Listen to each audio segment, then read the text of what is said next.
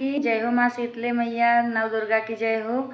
और भैया जब उनकर कृपा रहे ना, जब वो चाहिए तभी आप उनकर सेवा करे के मौका मिले आपके, इतना जान ला।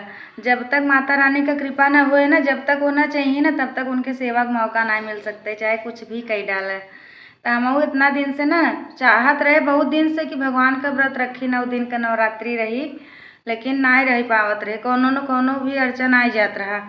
जब उनकर कृपा होगी, जब उन चाहें कि हमहू के सेवा का अवसर मिले, तब माता रानी की कृपा बनी, हमहू रहे लगे।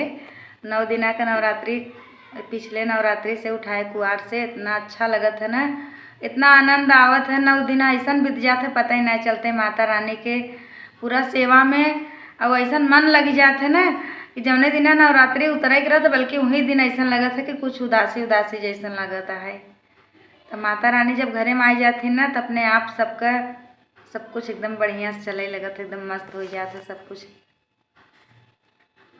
आप सब भी ना सेवा करें, माता रानी में मन लगाओ, एकदम बढ़िया से रहें, आनंद में रहें। कितना बड़ा कष्ट रहे ना, सब कट जाए, वो नहीं कटी ही। जय माता दी, जय माँ शीतले नव दुर्गे की जय हो।